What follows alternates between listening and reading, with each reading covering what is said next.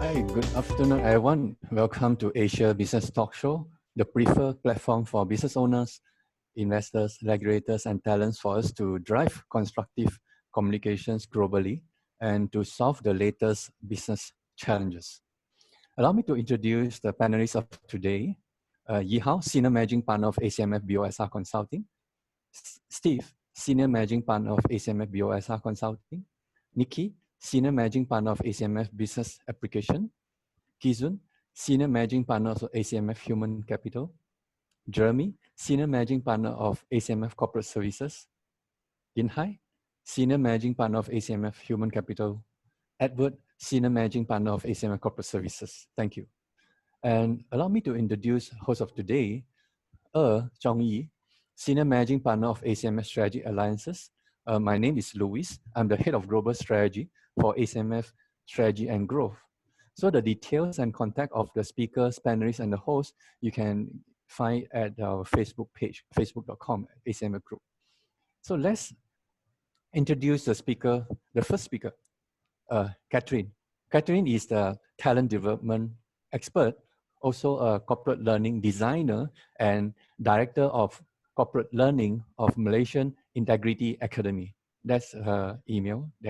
Catherine has more than 10 years experience in human capital management and for support of multinational companies from China, Malaysia, and UK. And Catherine involved in design and develop a corporate learning program for more than 20,000 employees over the world. And she has trained more than 200 potential young talents, great talents through project-based learning program. As a result, she received Excellence in Education Awards of LOMA and also featured twice in a LOMA Global magazine. And feel free to ask questions pertaining the topics of Catherine in Zoom chat room. We'll answer it if we have enough time. Let's welcome Catherine about work remotely and stay productive. I'll hand over the screen to Catherine. Louis, thank you very much for your introduction. Now I will share my screen. Yeah.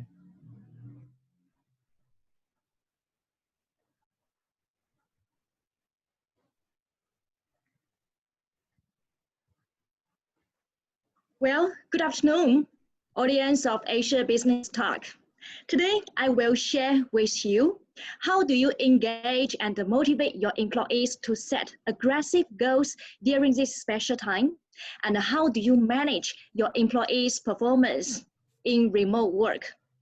By the way, my name is Catherine, as Louis introduced, and I come from China. So that's why some of you may think that my English accent is quite different from Malaysian locals. And before I work in Malaysia, I was working in the UK and China. And when I was working in China, I started to have remote work experience. At that time, I was working with more than 300 HR specialists and HR managers to promote a human capital improvement framework to all the branches in the same company group all over the country. And apart from that, my ex-company aggressively bought many overseas companies. And I was lucky enough to be assigned to work in the overseas mergers and acquisition project team. That's how I got opportunities to work with managers from different countries. For example, Finland, Romania, the US, Germany, and the Middle East. And now, let's look at Malaysia. The MCO has been officially lifted since Monday this week. Does that mean remote work is not relevant anymore? I think the answer is no. There is a shortage in medical equipment and preventive materials. So that's why the biggest challenge for employer now is to ensure the safety and health of employees. So that's why even MCO was lifted 1 week already, not many companies are operating at their full capacity. And in addition, some industries' supply chain had been affected since MCO. So some of them even haven't started to work. So that's why I think in a certain period of time, remote work is still very relevant to all of us. Since I started to have remote work experience more than 10 years ago, to me personally, I can think of many advantages and benefits of remote work. For example, the immediate benefit of remote work to employer is the overhead cost is reduced, such as utilities like water, electricity, or traveling allowance. And the next, the working hours become longer. Before MCO, employees spend time to travel to workplace on daily basis. And during MCO, they can save the traveling time to their work. So that's why the working hours become longer. And the next is they started to have the advantage that they can take care of their family and they can also work from home. So that's why many companies in Malaysia, even before COVID-19, they started to implement remote work. They allow employees to choose one day from Monday to Friday to work from home. And this benefit greatly increased employee satisfaction and it retained talents successfully.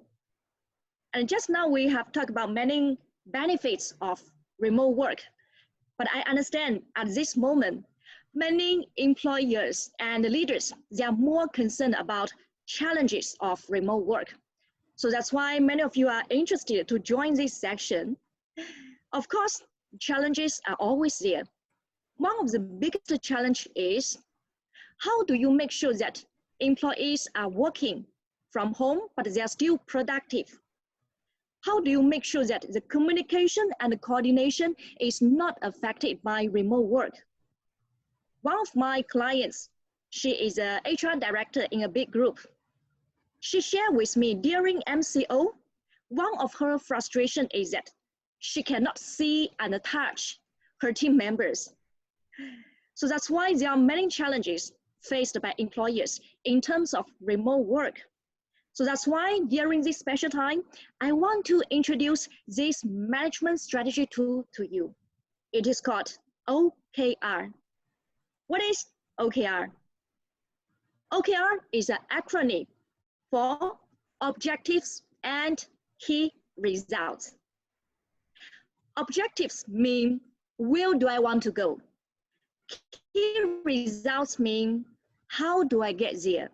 Basically, in short, OKR is a management strategy tool that can engage and empower your employees. When they are empowered and engaged, they will help your business to facilitate innovation and breakthrough during this difficult time. And where does OKR come from? When we talk about OKR, we have to mention a person called Peter Drucker. He is a father of management thinking. In 1954, he proposed a system called management by objectives. This lays a very solid foundation for OKR later. And when Andy Grove founded Intel, he saw the value from MBO and he did certain modification. That's how he created OKR. And when John Doerr joins Intel, he witnessed how Intel used OKR to turn a crisis into a business innovation. So that's why later when he becomes investor of Google, he introduced the OKR to Google. And this resulting 10 times growth for Google in the initial stage. Of course, many times more growth later. If you are familiar with performance management, you may have heard of this term called KPI, or your company is currently using KPI. So you may wonder what is the difference between KPI and OKR. Actually, there are many differences. For example, KPI is a performance appraisal tool. It focuses on assessment, and OKR is about performance management approach. It focuses on performance coaching, performance conversation, and employee competency development. Another difference is KPI is stable. That's why many companies review KPI twice or once a year. But OKR is more flexible. This is because nowadays we are living in the age of VUCA. The external environment of the organization is so changeable, just like this time. I believe when we just start the year 2020, nobody even in the world can predict that the whole world lifestyle will be changed by this COVID-19. So that's why the environment is changing rapidly. If we only review our goal once or twice a year, that's not quick enough. Another difference is KPI is always top-down, which means normally the company upper levels will give targets and KPI to lower unit. But OKR is a mix of top-down and bottom-up involvement, which means employees also have control over work assignment and selection. This increased their initiatives. So that's why under OKR, employees are more accountable. And the next is KPI is confidential. So that's why you seldom see your colleagues' KPI or you don't know your boss KPI. But OKR is transparent, which means you will know other people's job scope and what they are busy currently. So you are in a better position to give them support. And the transparency improves communication and coordination. And finally, normally when it comes to KPI, employees will complete 100% because it's related to salary increment and promotion. But when it comes to OKR is always stretched for amazing. Let's look at Google. At the initial stage, Google wants to have 10 times growth. If you do the same thing by using the same method, it's not possible to give you 10 times growth. So that's why when people set objectives in OKR, the objectives are always challenging and inspiring. So that's why failure is tolerated in OKR. So just want to give you an example of an OKR related to business. So this is an OKR for the second quarter for a 4S car shop. The big objective for this 4S car shop is protect finance against the recession. So they want to reach certain amount of sales by the end of second quarter. In order to reach that goal, they need to have 3 key results. So to summarize, there are 4 superpowers that OKR can bring to your company. Number 1, focus and commit to priorities. So your employees focus their time and effort on what can be measured. And number 2, OKR can keep the alignment and the connection between your team members because OKR is more transparent in the organization. And the next, track for accountability. Employees under OKR management, they will frequently go through performance coaching, performance conversation, and they will feel themselves growing. So that's why they will take more initiative to do what you assign to them. And finally, stretch for amazing. That's how OKR can facilitate business growth and innovation. With that, I want to conclude my sharing today. Wish every one of you stay healthy and stay productive. Hand over to you, Louis. Hey, thank you, Catherine. I would like to open the floor to the panelists for comment or ask a question or to add observation or details. Thank you. Hi, Catherine. Thanks for the insight, all the sharing from the remote control, especially on the human capital side. So you also sharing to us is that now with the OKR versus the typical KPI, which is I think in this region, we use a lot of KPI from the corporate culture. So now, in your view, is it possible to have hybrid, meaning that with the OKR together with KPI, because actually there are 2 different strengths, I believe so. So is it possible to have 2 approach to apply to a company culture? Thank you. Thank you, Ihao, for your question. I think you have raised a very valuable question because my ex-company was using both KPI and OKR. As I mentioned, OKR focus more on the process of management, while KPI is used as a tool to assess people's performance. So my ex-company used KPI like twice a year to assess the performance results, but they want to improve the overall quality of people management process. So that's why they apply OKR. Thank you for your question. Hey, thanks, Catherine. Okay, Catherine. Hi, Jeremy here. Hi, Jeremy. Yeah, thanks for your information. So, from what you shared just now, right? So I can roughly see the difference between OKR and KPI. Okay, but like what brother Yao asking just now, right? I think some of the company, like your company previously, you are using a hybrid method, right? So in terms of, let's say OKR plus KPI is equal to 100%. Okay, would you share with us, like, how much will the percentage for OKR and how many percentage for the KPI, and what is the reason behind? Okay, so let me summarize your question. If 100% is a maximized effectiveness of like people management, like how much percentage OKR will take and how much percentage KPI will take, right? Yes. Thank you for your question. I like your question. What I want to share is OKR is an open framework. Open framework means you can do DIY to customize your company's situation.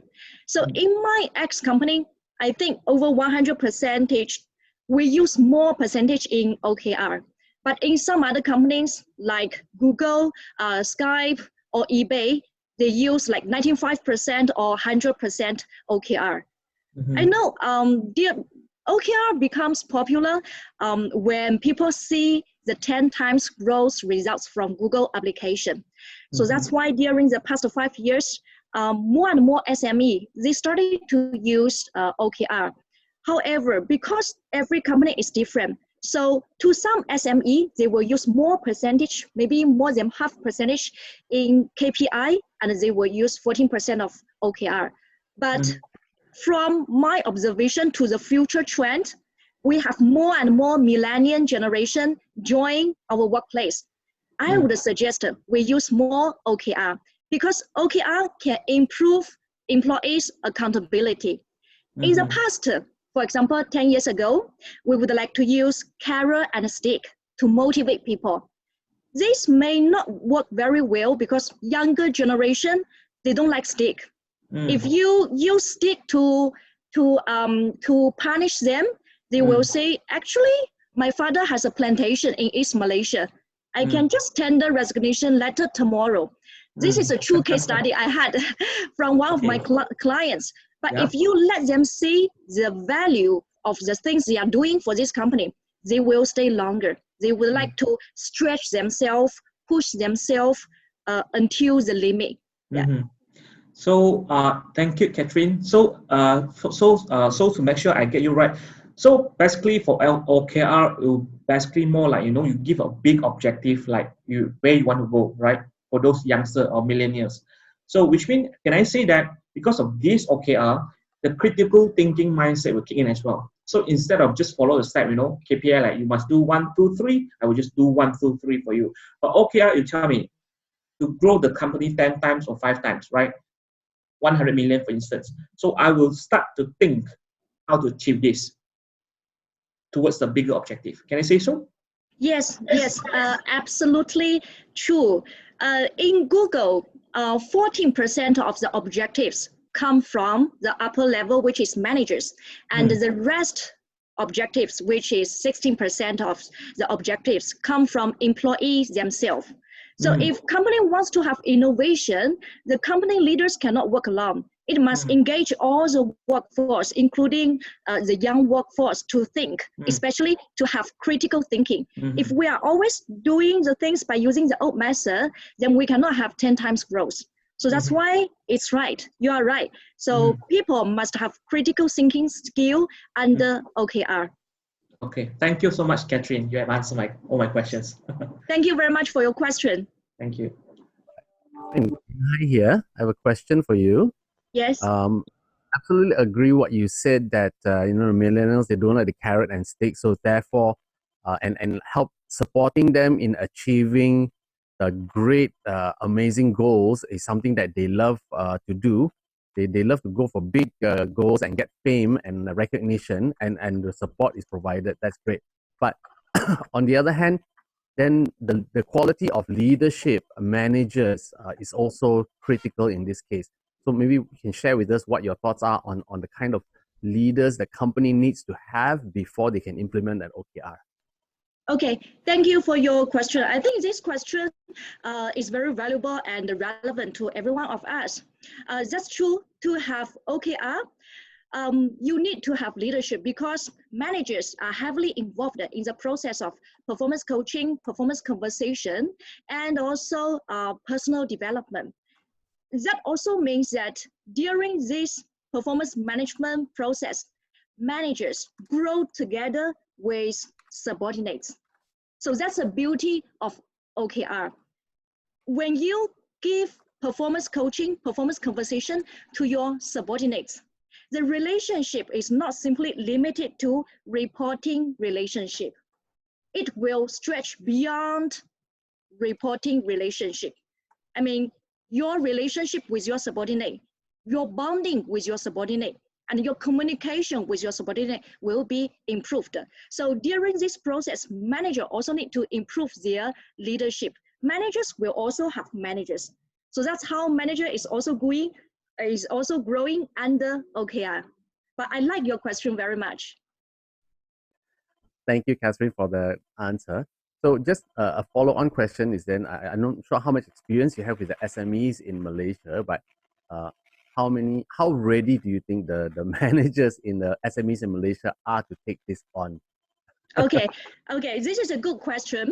In the past, in SME, they like the hierarchy structure, which means one big boss on the top, and he cascades the KPI to the lower levels. But nowadays, even you are SME, you need to move faster. You need to change faster because the external environment is so changeable that nobody can predict. Therefore, hierarchy structure may not be applicable or may not be the best choice. So from my observation to my clients, many SMEs started to have flat structure and they started to think about innovation project. So when it comes to innovation project, which means you have employees from all different departments, they come together to do something creative, to look for breakthrough for the business. That's how you can use OKR. Because OKR is very transparent. Everybody is aware what other people are doing. Because of the transparency, people will know, now I'm in a better position to provide you support because I know what you are doing nowadays. And in the past, if we only use KPI is confidential. It happens that you and your colleagues are working in the same department. For example, you are working in finance department, but you don't know what your colleagues is doing. So in this situation, you are in no position to provide help and support to your colleague because everybody is working on a solo mindset. I hope that answers your question, Kinghai. Yes, it does. Thank you very much. Thank you. Thank you, Catherine, and thank you everyone for the question. So allow me to move to the next session. So let me share screen. So the second session, I will briefly run through the other one. So lately, there's a lot of saying about change the business model, change your business strategy, or repurpose your business. Basically, the idea is to help the SME or to grow sales revenue, or to look for a way to get additional income stream. So I would like to talk about the MOS model for SMEs to support them on business transformation and to grow sales revenue, and also to increase their revenue stream systematically. The first thing the SME have to understand that change mindset is important. Because in business, change is the only constant. But sometimes you change a lot, sometimes you change not a lot. So, but changes always happen. Just like, for example, Starbucks. Starbucks actually co-founded by 3 co-founders during 1971. They actually wanted to sell coffee and coffee equipment only. Nothing more than that. So when Howard Shaw that would like to change this Starbucks model to a cafe culture, actually he received a rejection from the co-founder, said this is not what they stand for. In Mandarin, you see the 初心, the original intention. So they refused to change. Howard Shaw went out to set up a test, a cafe and all that. And that business went very, very, very well. So Howard Shaw came back, acquired the whole Starbucks from the co-founders. And this is the co-founder. These are the Starbucks we know today. They're worth about more than 86 billion market cap. So change is good for Starbucks case. And Jollibee as well. Jollibee actually is actually the name as the Asia's most valuable restaurant chain during 2014. Actually, this company actually founded during 1975. They actually founded to sell ice cream only. Yeah, then they found that actually selling ice cream is one thing, but selling what people need, that means the burger, the sandwiches, the fried chicken like McDonald's and KFC is something they have not prepared for, but they need to change for that. And the whole changes went very well from a startup. And actually during April 2019, the company worth more than $6 billion US. And last year, 2019, actually they acquired the coffee bean and the tea leaf US for more than 350 million US dollar.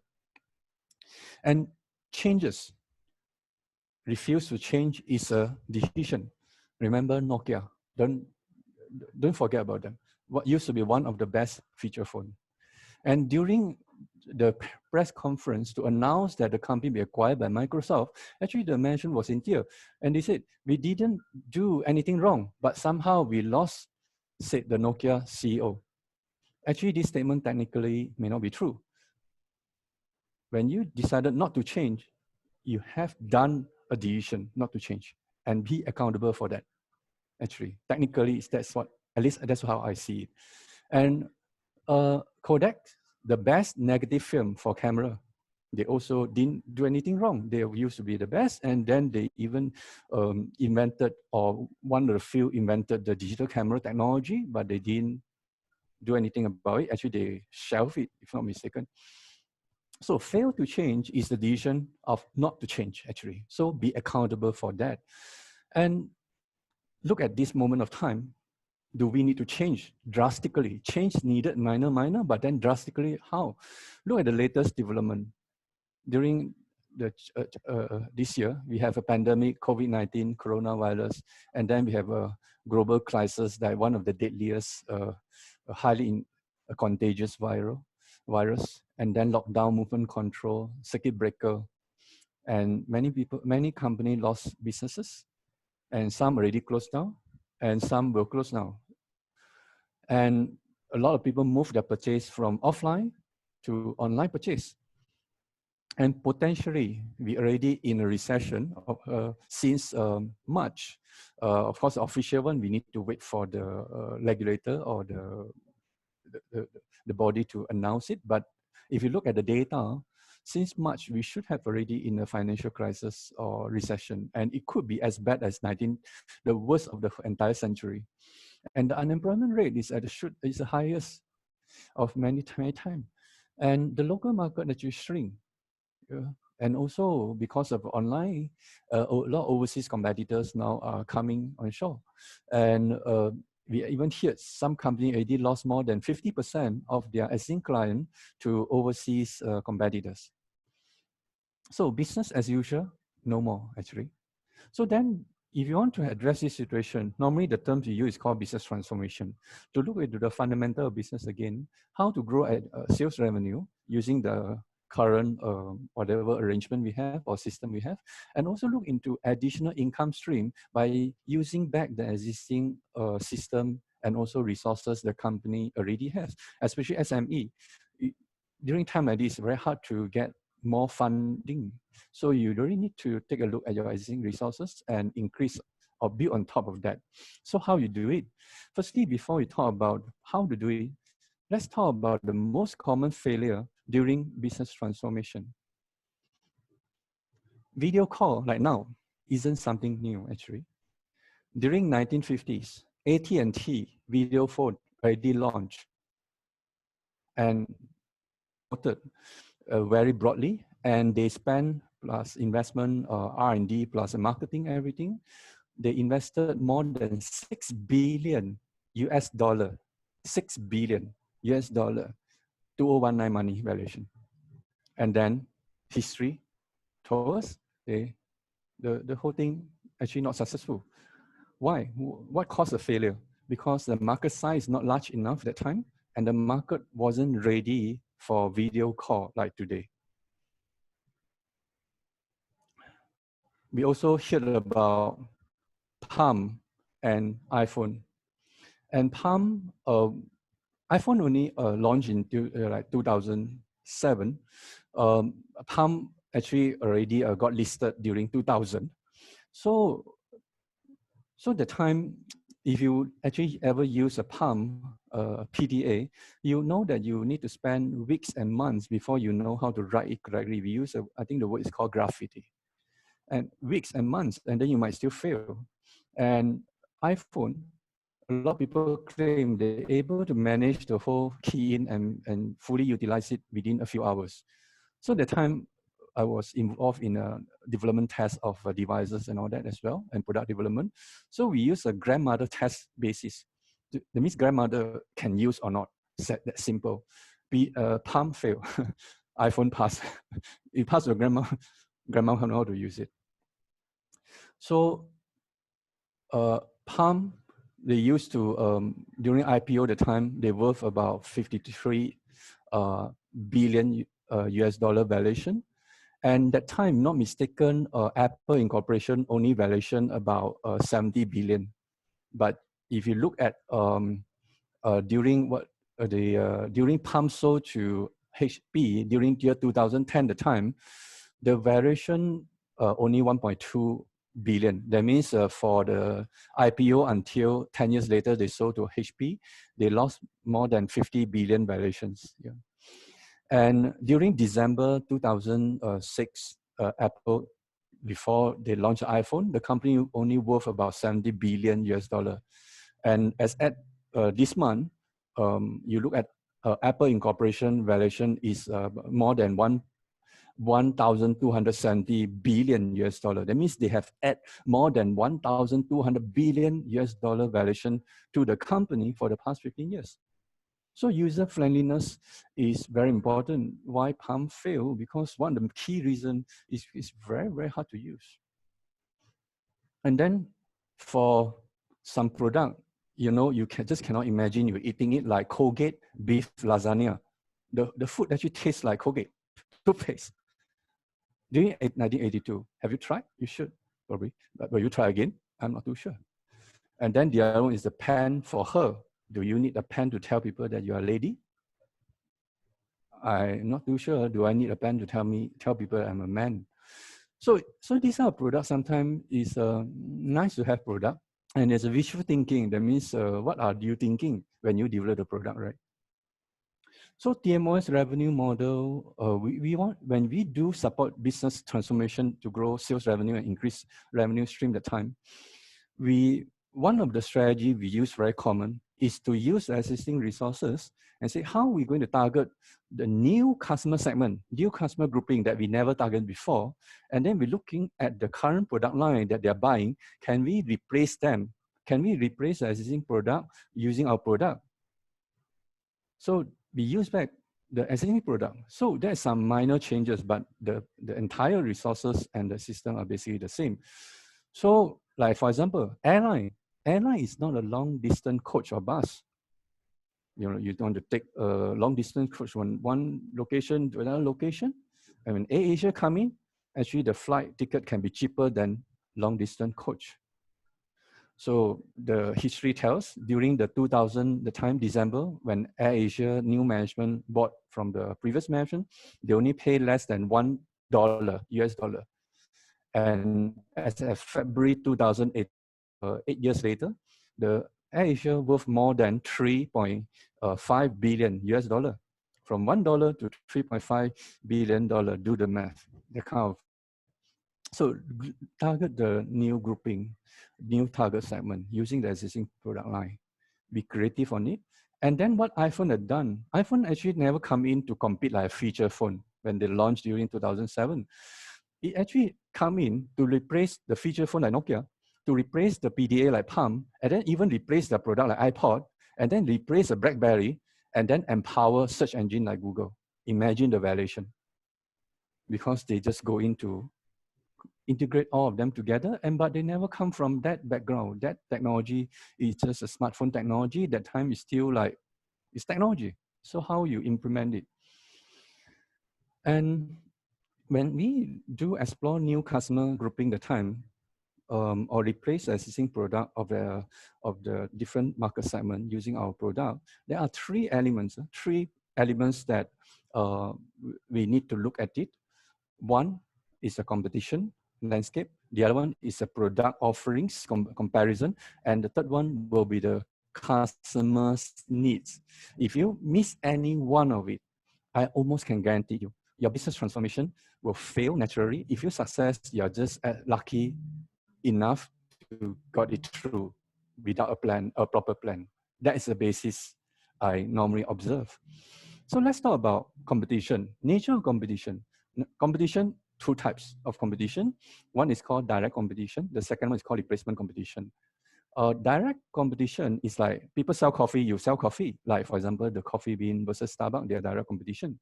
The other one, second one is called replacement competition. That means they are not exactly the same product, but if you buy one product, you will not use the other product already. Like for example, what is a chance for you to go to Cha Time and also to Starbucks at the same time? So it's there, but then it's not a high chance. Most people won't. So it's called replacement competition. And the second one, then you need to know, when I go into compete with the existing player at the time in this new market segment as a new challenger, what is my success rate to replace the existing product? How I know I have a better product now?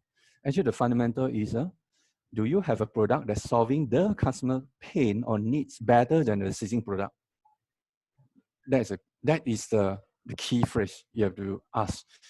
Is my product solve this customer pain or needs better than existing player? So what it means by customer needs, so then we need to understand the customer.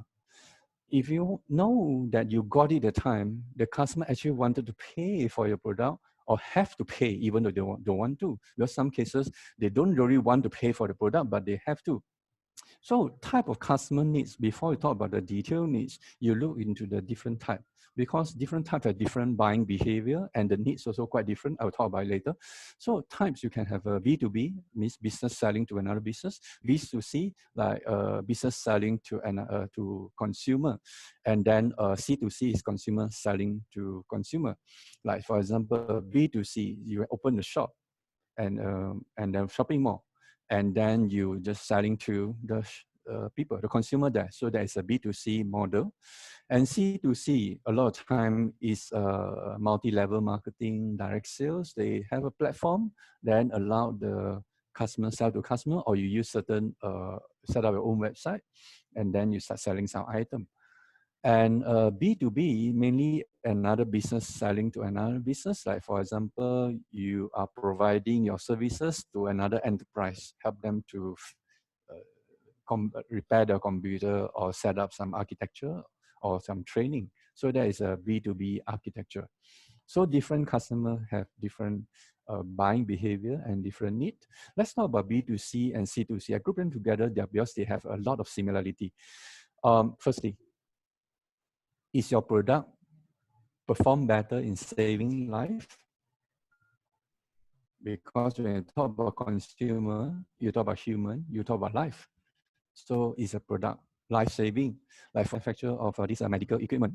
So even during a bad time like this, the valuation is still at more than 160 billion US dollar. Example,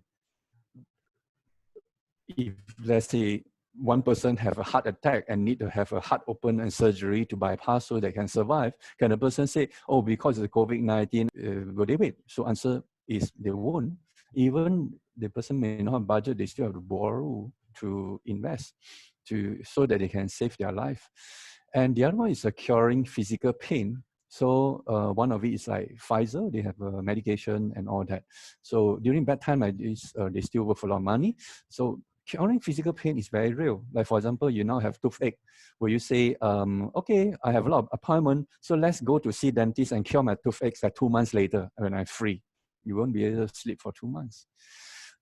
So when you talk about life and pain, people will not able to defer, but can you do it better, faster, quicker, cheaper? That is a formula, right? So if you're able to do that better, then you have a deal.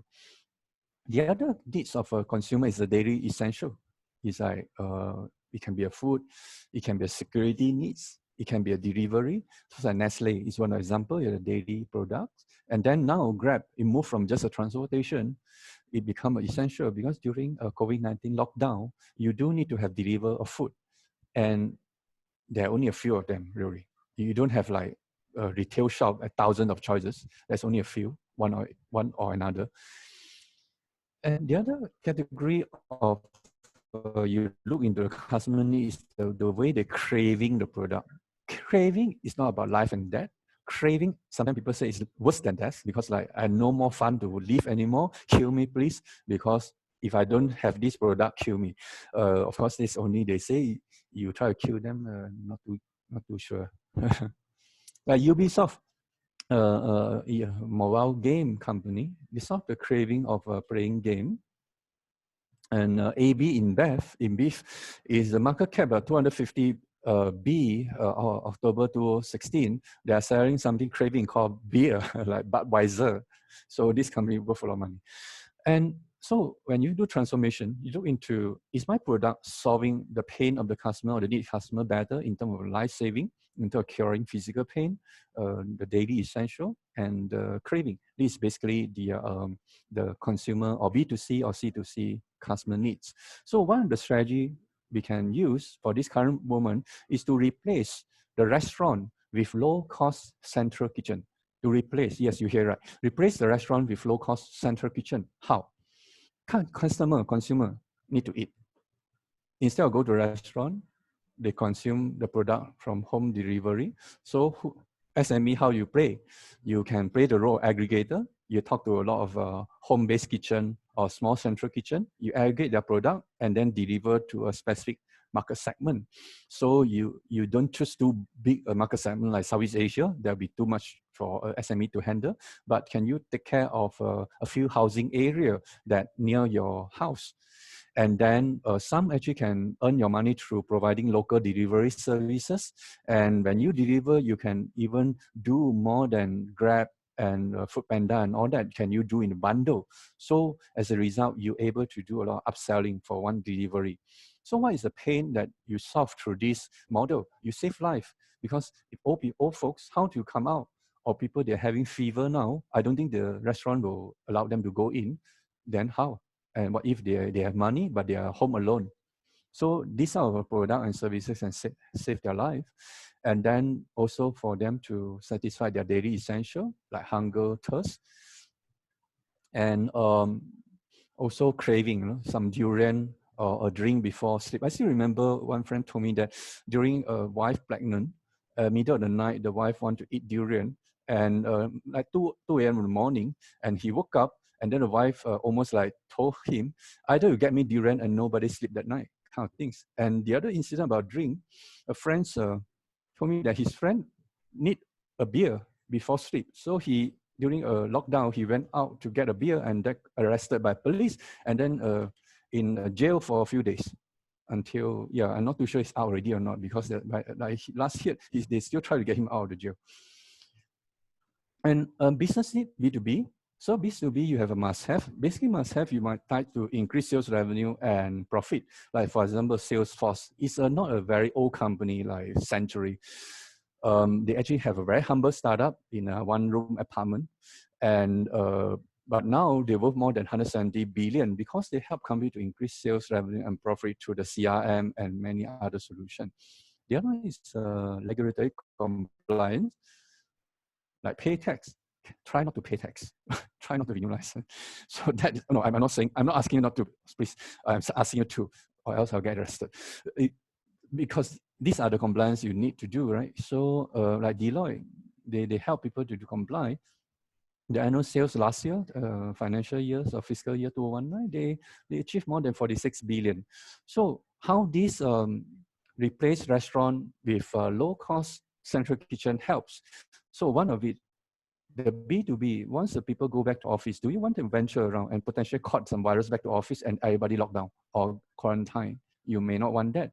So one of the areas is that, okay, I provide office delivery of food, so your worker don't need to come and expose yourself to virus.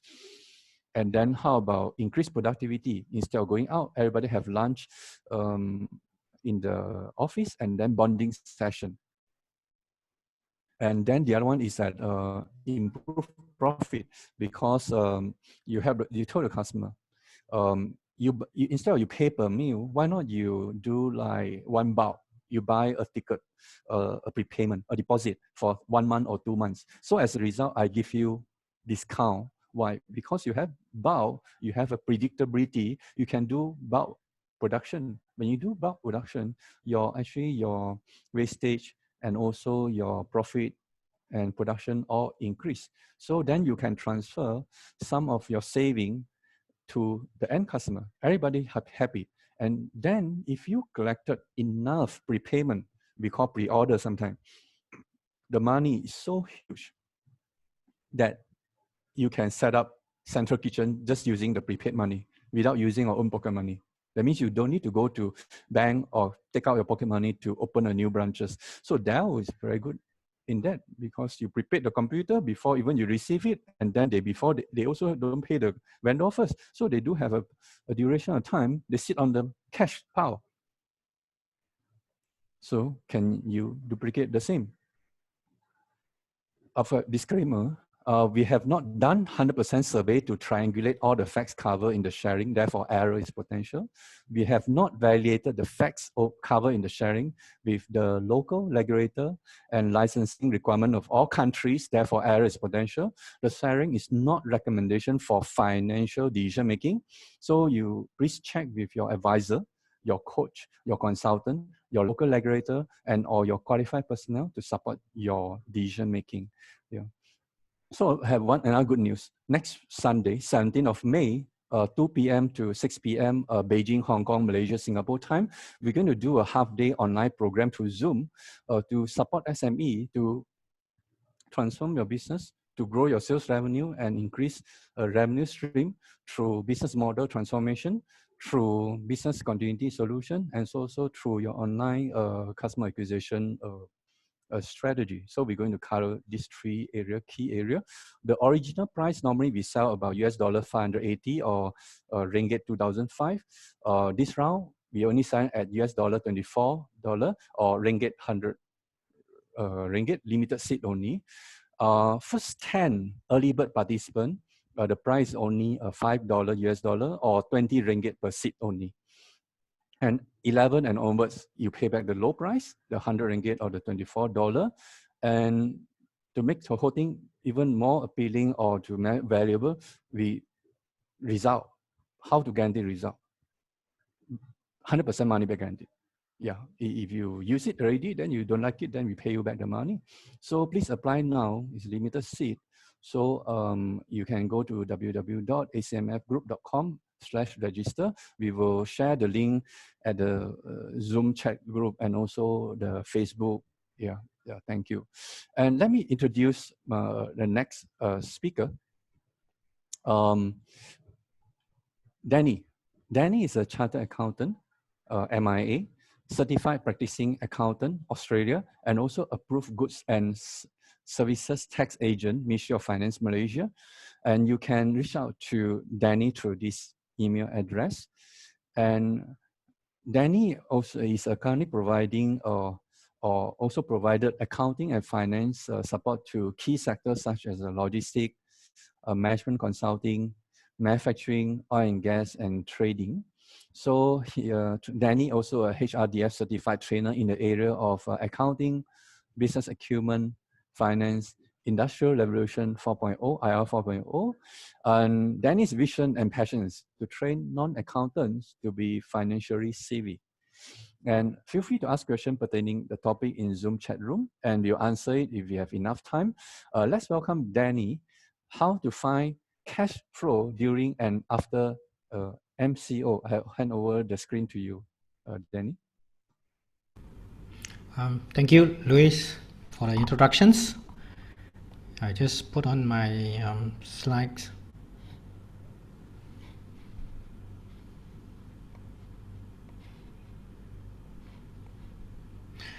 Good afternoon, everyone. Thank you for coming over this webinar. So today I'm going to share with you these topics, how to find cash flows during and after MCO. Okay, the biggest challenge what SME is actually facing right now is short of cash flow, especially during economic crisis like now. It has been said that as early as March, right, when the MCO actually started, there will be no cash inflow for at least 3 months due to the partial lockdown, as many companies just cannot conduct the business.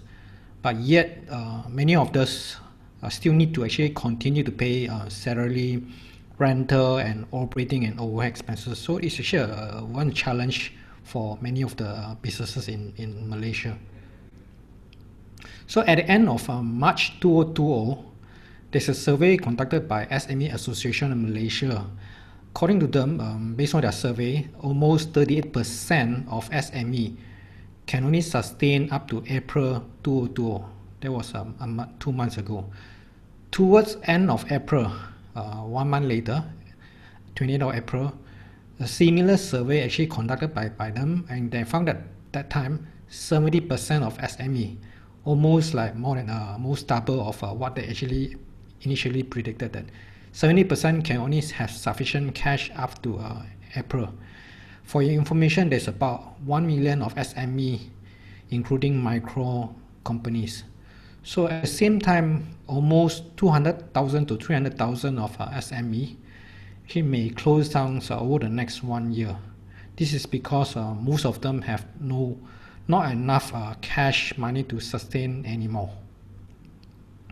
So in fact, what is the number one rule in Malaysia? Just for you to have a thought, what is the number one thing you need to do? Actually, it's very important to not run out of cash. Cash being part of the working capital is actually a lifeblood of your business.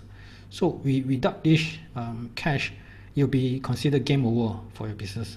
In fact, running out of cash is the number one reason for more business failure, especially for small and medium-sized companies.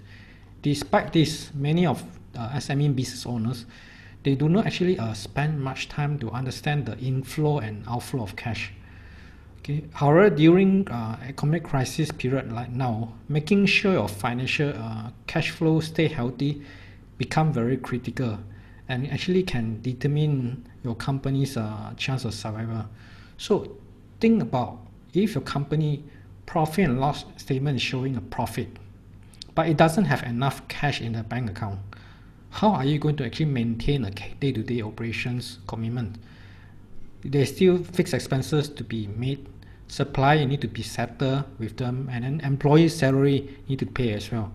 So many businesses fail either because of the shortage of working capital, or they do not have actually proper working capital planning, even though they are actually making profit. So what is working capital? Working capital actually comprised of 4 different elements. First is actually cash banks. Then the second one is actually account receivable, or we call it debtors. Account payable will be the creditors, and then finally stock inventories. So it's actually computed as current assets minus current liabilities of the company based on the balance sheet figure at any point in time. So it's actually working capital actually reflect the net liquidity of the business. So in short, it's a metric to measure the ability of the business to repay its short-term obligations. So therefore, it's very important to know how you can manage the working capital now, as it can determine whether the company actually can survive through the crisis. So first thing first, always start with the cash at bank that you have. Check all your bank accounts. If you have any accounts that fixes deposits, short-term investment that can easily convert to cash, please actually compile them. This include all the bank overdraft facility given by your banks that you can draw down. So now you have a better picture of your current bank balance situation. Then the second thing is aim to have enough to cover at least 6 months or even more if there's any further MCO extension. I hope we don't have any of this fund for you to actually sustain your operating expenses overhead cost for the next 6 months. So it's very important that you need to do some cash flow management, cash flow planning. One thing very important is to make sure that you should have a very tighter control over cash management, especially the payment process. Okay, and bring in cash related KPI to encourage the staff in charge to manage the cash flow properly. So a good way I would suggest actually to set certain target for collection amount to achieve on daily basis or even on weekly basis. Let them compete among themselves. So who can actually achieve highest collection will actually get the reward. So make sure to stop cash leakage through a proper control. So that is the second part. Maintain at least 6 months. Then what about do you have alternative plan like plan B if your plan A cannot work? So next actually to explore alternative options with more bankers or investors or other sources of funds. Apply for any government initiative if you have not done so, or government grants that are loans available, or even you can consider invoice financing, crowdfunding, and angel investors. Okay, at the moment, every opportunity of funds, sourcing of fund, you have to actually try it out. Then request for increase in existing credit line. So if you already have an existing line, you should apply for more. Talk to your existing bankers, relationship manager. Do it fast and as early as possible.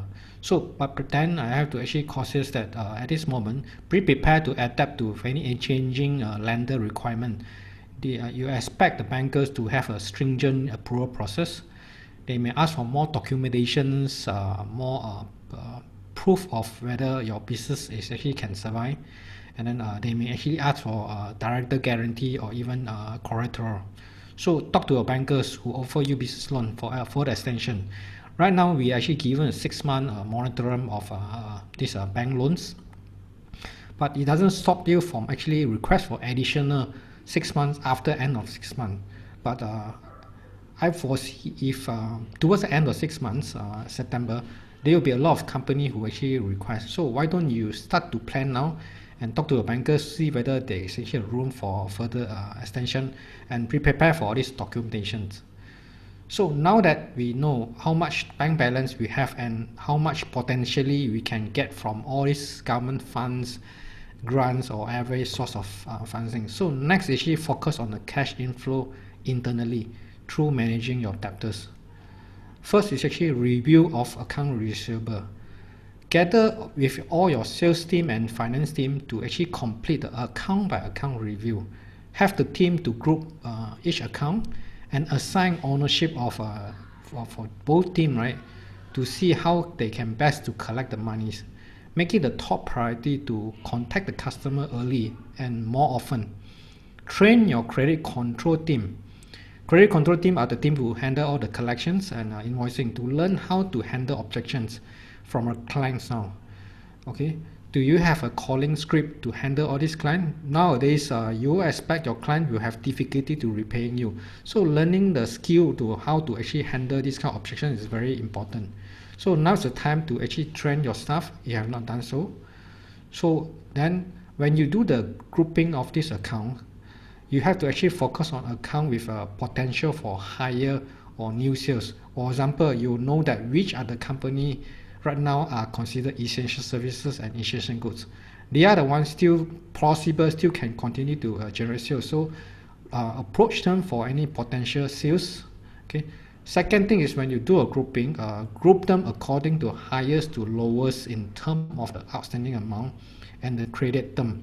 Start to call them for payment, and at the same time, of course, you need to actually maintain a good relationship with them. So find out what is the average time of your debtors paying you in the past. At least you have a trend to see whether your average time of debtors actually paying you is in progress or going up. So for those outstanding debts, means that those who have 6 months or more, this can be very difficult to collect. So again, send your staff to train how to handle all these long outstanding debts. Second part you need to actually focus on is to invoice as fast as possible upon any delivery. Now the MCO is actually partial actually open, so a lot of businesses can start to actually resume their business. So act fast on this invoicing possible. To get the quicker you send the invoice, the faster you receive the money. That is actually common sense, but still many businesses actually don't pay attention. So if you have this kind of problem, start to actually strengthen your invoicing process. Okay, consider to switch to, let's say, cloud-based accounting can help you to speed up the invoicing processing. So make sure it's very important that I will advise to follow through with the customer for invoice payment. Check that if they have received the payment. That is another mistake a lot of small business or even they are doing. They send invoices, the staff, but do not actually follow up until the due date, which could be actually 30 days or 60 days later. Then only they realize that the customer had not received the invoice. So they actually already wasted the period of 30 days, 60 days. So what can you do in this moment? You need to come up with a proper and carefully drafted credit control policy. Make sure everyone in the team follow your credit control process from the point of actually approval credit application for the new customers, the collection policies, credit limit and credit term criteria process, how to actually follow up. All these things have to be detailed carefully in the credit control policy. So at this moment, you may also want to review the credit control credit term with your existing customers. As situation have changed now, you will never know the financial strength of your previously good payment master, what will happen now after the crisis. So do not take things for granted. Start to review one more round. Then finally, if you can offer some payment discount for a client to encourage them to pay you early. Maybe you can give them by 2 or 20% if they can pay you immediately. Remember, cash is king now. Collect as much cash you can. Do the same review like on account payables. Check and actually study on your account aging report and plan your cash payment for the next 6 months accordingly. How much you need to actually pay to all these suppliers month by month, and to whom and by how much. You need to know the timing of this payment commitment, especially to your key suppliers. So get your account payable team to do the same exercise like how you do to your client. Once you complete this analysis, you will know how much cash you need to pay them and whether your bank balance have sufficient to cover or not. If you can't, right, then you may have to defer some of them or get more cash in.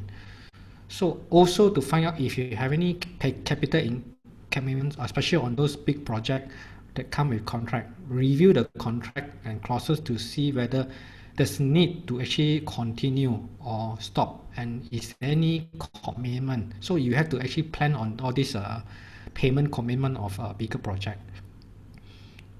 Dealing with suppliers is almost the same like how you deal with the customers. You need to also, very important, to maintain close relationship because you actually rely on them to actually support you in terms of all these raw materials, services. So when you deal with them, make sure to maintain an even stronger and better relationship.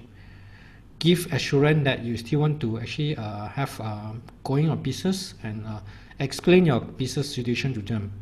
If you can, at the same time, explore for new sort of suppliers who want to do business. Don't limit yourself to the group of existing suppliers. So then count or early payment or even longer credit terms, or negotiate for payment extension, even partly. Then what about have you actually start any cost saving exercise? Start to actually identify a checklist of all these operating expenses to see how you actually can actually review them and help you to actually minimize all these unnecessary overhead expenses. But remember, managing costs is actually a team effort. So it's not just a finance accounting, but it's actually a group as a whole. All other departments must actually help in to help categorize them in terms of priority and which are actually essential, which are less important. So focus on way to how to reduce. Okay, ask yourself a question: are any of the expenses are still needed now? So use less those that not essentials. For example, like overseas traveling, this entertainment, you may actually do not need to spend all this right now. You can actually meet your client through online meeting. And finally, review your payroll costs. Now is the time to make sure everyone in the company is safe and can stay healthy. So your focus is to be shared as much as possible so that they can feel safe at work. Be transparent and tell them what is your plan. Talk to your staff and see how each of you can help out together during this tough moment. Plan with the HR properly and see whether there's a room for further reduction of allowances that no longer require, like transport allowances, food allowances to conserve cash. Work on your plan step by step. Start with find way to increase sales at this moment, train staff, and then cut unnecessary expenses. Then you may want to consider to look into whether you need to reduce working hours or even freeze increment, implement unpaid leave or pay cut, or last when everything is fully adjusted, then work case is actually retrenchment. But try not to do this, see how each of you can help.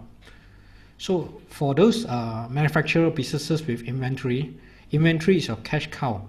So you have to rely on them. So first thing is you focus on just-in-time inventory.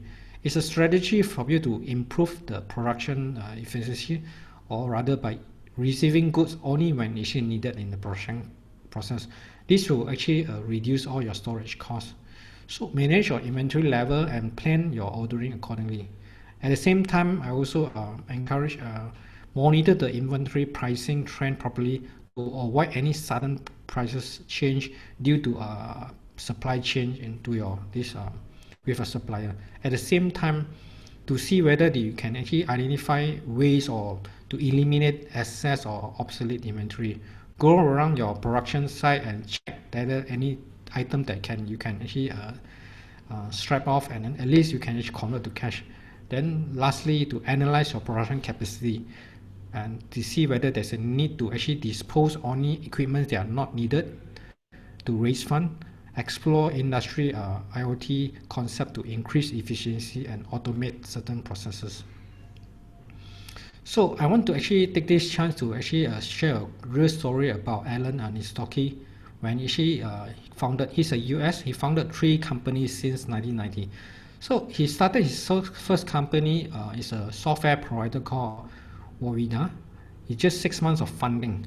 So he spent a lot of money to pay programmer to develop software and burn cash flow very, very fast.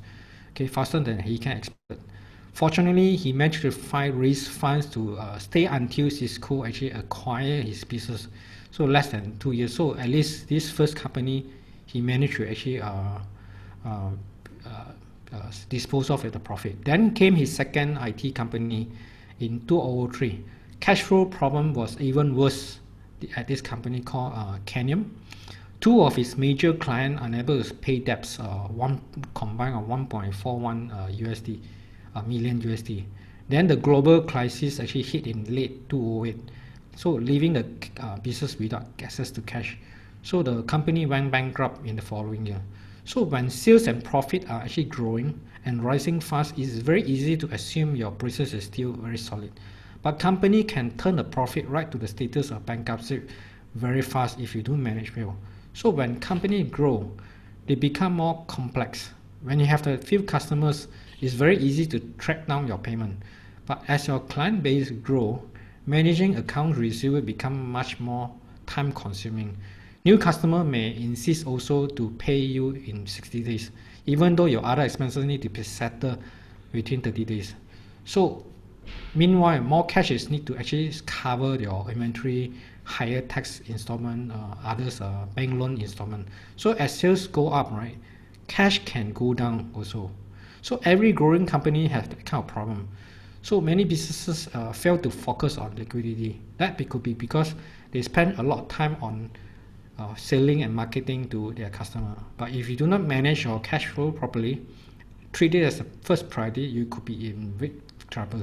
So Alan actually say his experience in the first two companies taught him a very good lesson. To survive, the company business owner have to view the cash as their lifeline. So when he actually co-founded his third IT company called Punwai, a mobile apps developer in 2008, he decided to make cash flow management a central focus at the company. So what he did is every Friday afternoon, right, he actually asked his company leader to email him a list of cash flow data to the management, including data on like cash on hand, payment obligations, and certain ratio. So the team will actually analyze the data and track the cash flow plan on weekly basis. So if the cash flow plan is actually going down, it could be owing to many reasons like seasonal factors, or even they invest too much in their payroll. So the key takeaway in this story I want to actually share with you is that as a big entrepreneur or a business owner, we must actually look beyond just the sales number, because they are not just giving a full picture if you don't consider the cash flow. So just to recap what I have discussed just now, we went through the need to actually check bank balance and see how you can actually manage your debtors and collect revenue, how to deal with suppliers and cash outflow transaction, and finally on inventory payment management. So the goal is actually to conserve the cash flow used on these four different elements of working capital. So for business owner or leader of the company, right now your top priority is to actually work on the cash flow planning, enforce a strict credit control policy, and actually also review your business model, whether you still can actually continue with the current model or you need to change. Like what Louis has mentioned, change is actually a constant. So remember, tough time will never last, but tough people do. So with that, I'll hand over to Louis. Thank you. Any question from the panelists? Hi, Danny. This is Yihao. Thanks for the very informative sharing just now. I just want to reach out one question from the audience. The question will be something like this. In this trying time of COVID or pandemic, is it better to invest to the ERP solution, which is I think the automation part, or do you need to advise them to keep cash? So to adding on something like since automation really help the situation. Thank you, Danny. Yeah, actually, for this kind of spending on this automation is actually very important for your long-term survival of your business, because going forward, we're looking at different kind of technologies. This IR 4.0, everything is coming. So I would actually advise if you can actually allocate certain funds to look into how you automate your process, like going to cloud accountings, even cloud others for your manufacturing process. But just to actually conscious when you do this thing, it's very important to plan according to your capability. So that's why it's very important to, if you actually consider a major investment like this, plan whether you have sufficient fund in the next 6 to 1 years. Okay, if you can have this fund to put aside, then it will be wise to actually pursue this investment in the R&D because it's actually more for long term. Okay, this short term MCO or our crisis probably will take you 1 to 2 years. So, but after that, if you have investment in this area, it will help your business to propel to even faster after the things settle down. Right. Thanks, Danny. Thanks for the insight. Yeah, any question for the panelists? Anything to add? Yeah, about just now the question about invest in ERP or reserve the cash, I would suggest that it's not a one rules fix all architecture. The company actually really have to take a look about the immediate survival and also the future long-term growth. When the survival is concerned, long-term growth is shy already. It's like lost. It's like faded because you need to survive first. If let's say the company closed down and bankrupted, nothing left, then you talk about long-term growth is meaningless to some extent, right? That's my strategy or my view about this. So sorry. So about this, how I address this will be firstly, do you need cash to survive first? Or actually ERP help you to survive better in case actually make you more competitive? Which one is better? So I think the company have to answer that effectively themselves. And how to do that effectively is to do a different financial modeling. And if I got this ERP system for the next few years, how it look like in terms of survival and growth projection, right?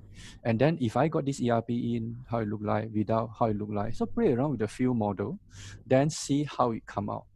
Then you make a decision based on that facts. Then will be fact-based decision. I propose this solution under this time. Any comment? Yeah, probably from everybody. Feel free to add.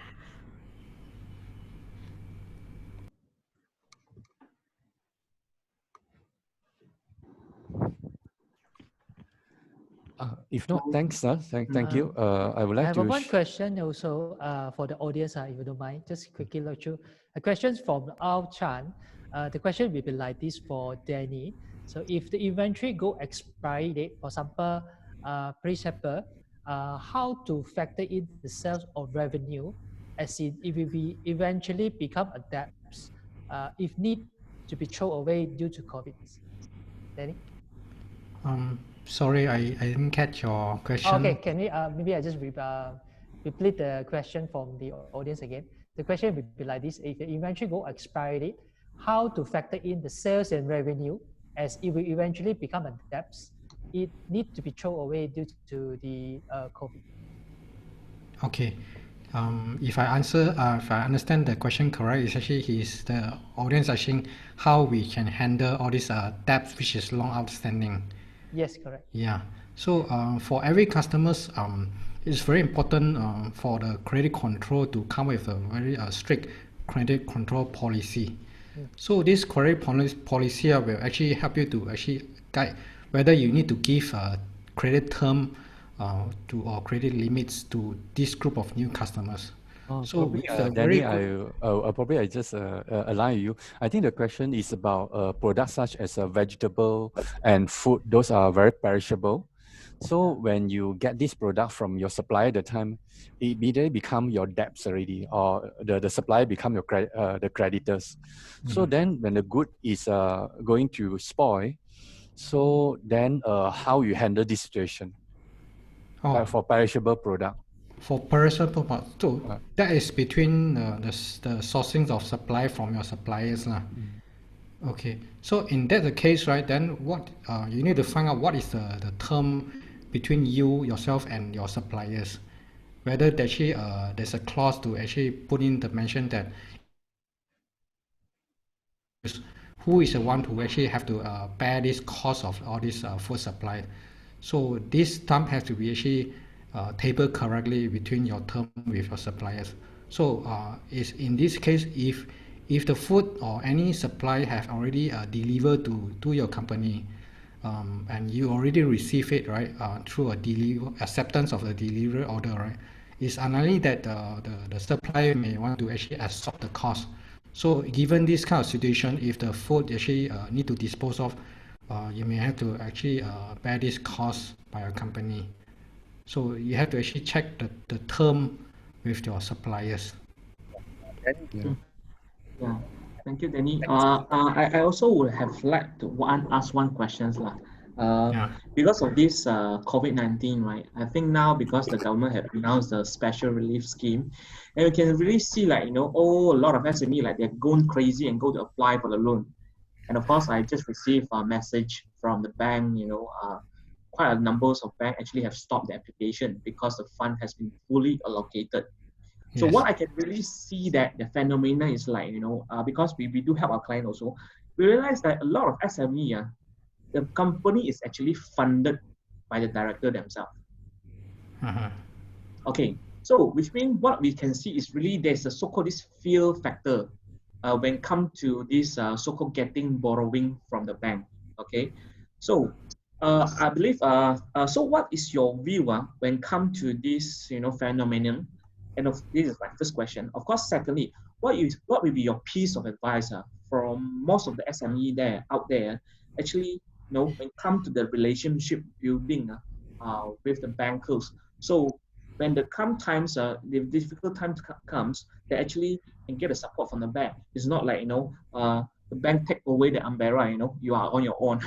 Yeah. Yeah. So I think maybe you can give your piece of advice. I think this is really very helpful for a lot of SME to really find out what they worry and actually how we actually can solve this. Yeah, I think at this time, many companies from small, mid-sized, even large company, they face this kind of cash flow constraint. Moreover, we are forced to actually stop business for at least for almost the past 45 days to almost close to 2 months. So cash flow constraint is just something very obvious if you do not plan before the MCO. So when you face this problem, sourcing for funds is actually the number one thing you will explore. So if you have funds internally among your own family groups, then that will be better. That's ideas. That means if you have surplus for your own. Otherwise, you may have to actually look for alternative. So government actually come up with a few initiatives since March, since February all the way until April. So you have to actually take this chance to actually apply. No doubt, I know right now some fund, special relief, they already finish off, dry up. But I hope later on, moving forward in the next 2 or 3 weeks, government will step in to actually support with initiative. So that is one way you can actually explore. Then look for others investors who are willing to invest in your company, provided your business is a sustainable business model. So angel investor may actually explore this. So that is the part getting the funds from different sources as early as possible. So do not give up hope. Keep on trying. And the second part actually for cash flow against my view actually we are in the same boat. So it's unfortunately we had to deal with this situation. So changing is something that you cannot avoid. Okay, if your business model cannot work due to this crisis, you have to actually explore for different models, online, e-commerce, build up, do a lot of R&D research on how other business change, how you actually can model them. There's a lot of case study you can refer to in overseas. They come up with a lot of ideas. Even there's one company in Japan. They actually is a Airbnb model of business. Airbnb models actually is facing a lot of difficulties because nobody want to actually rent this kind of room anymore. But they came up with a very brilliant idea. It's actually they actually rent out to couples who are actually locked down. At this time, husband and wife will they see more often at the same time. So there's a lot of arguments and dispute. So they come up with this idea is that they actually rent out a short term on daily basis to couples who want to move out alone and stay and work alone. So at the same time, this company in Japan, right, they actually do a collaboration with a legal mediator company to provide this mediation session for the couples, for those who have problem to prevent from this divorce. So they come up with this business collaboration between lawyer and this company is called Kasuko. So who will think that this will actually can tie up together? So there's a lot of way you can businesses they can think about. So be creative, be innovative, and learn through how we can actually come up with this idea and to adapt the new environment. Okay, thank you, Danny. Thank you. Thank you. Anyone feel free to add anything or any question from the panelists. Just now I would like to answer. Just now there's a question about perishable vegetable food, expiry date and all that. The word is sometimes about the term and condition of your supply. If let's say it's a consignment, of course, then the supplier will be the one accountable for the product. But let's say it's outright purchase, outright supply, then of course you will be the one accountable to pay for the goods. But at this moment of time, I would like to ask for looking at the long term or at least mid-term.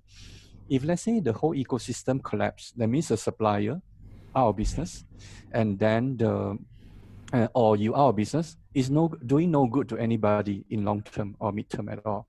Like, just give an internet example that you always read. A tourist come to a town and then see a beautiful hotel, and then the tourist decided to take a tour. And then before take the tour, the hotel owner said, can you pay $100 deposit before you tour? If you don't want, I pay you back. So the tourist paid $100 and then went for the tour. So the hotel owner take the $100 and immediately pass to the next door sundry shop supply for the supply of the sundry. And then the sundry shop owner take the $100, pass to a distributor for the distribution of the goods. And then distributor take the money, $100, pass to a travel agency back to the hotel owner for the hotel room rent for the tourist booking.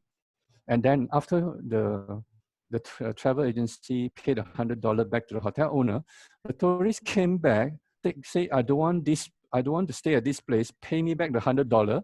Then he collected the $100 and he went off. But then you see the hotel owner transaction and the sundry shop and the distributor and also travel agency and back to the hotel owner completed.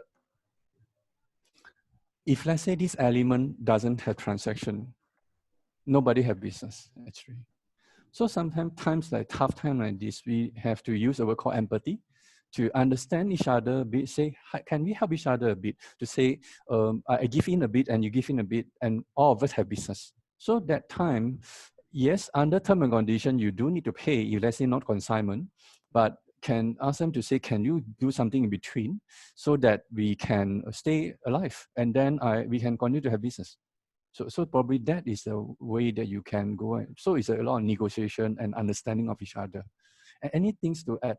Any additional? Yeah, in fact, I really like the idea of what Louis just mentioned, because if in layman term, we call it what goes around comes around. So if we can do something about the ecosystem, chances are we can survive together. I think the keyword is together, right? So I strongly believe that what Louis mentioned just now exactly is valid, especially if we are on the pandemic period on the transitions right now. To me, now it's more on transition period. So in order to really win the war and transition, I think we need to be a collaborate. The keyword is collaboration among the all. So I believe, yeah, thanks Louis, bring a very insightful the idea. Thanks. So thanks a lot. I would like to share the next screen. Allow me to share. The next one will be the poll. Hope that you guys can help to answer a short poll. It's only take you like a few seconds or less than 10 seconds, so that we know the feedback and the area of improvement, so that we can continue to deliver and develop a better product and to help business owners, investors, talents, and regulators to solve the latest business problem together. We need all of us. So feel free to launch the poll now. Thank you. Yeah. Yep, it's launched. Thank you. Yes.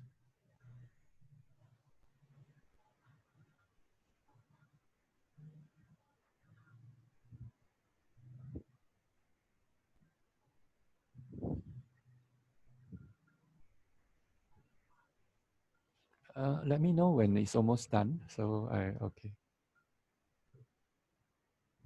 So it's continuing. Yeah, thank you for taking the poll so that it allows us to better in terms of preparing for our future session.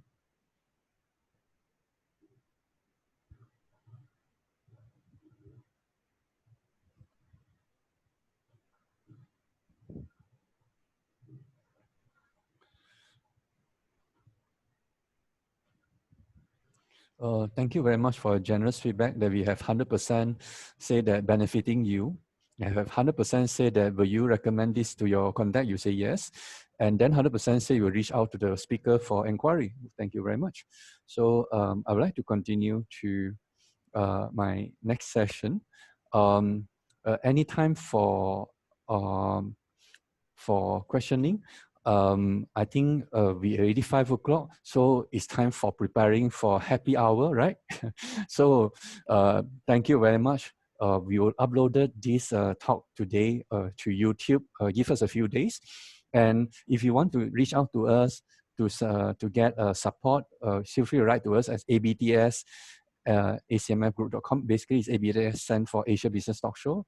So write to us, or anyone want to speak in our session. We welcome talents from the world. Please, if you have any area that you want to contribute, have a passion to solve a latest problem, because the latest, so much changes, a lot of problem, a lot of area need help. So please step forward and contribute. So really appreciate today for Catherine, for Danny, for ACMF BOSR, ACMF Business Application, Corporate Services, Digital Human Capital Strategy Alliance, and Strategy and Grow. And thank you very much and have a great weekend ahead. And I see you the same time next week. Thank you.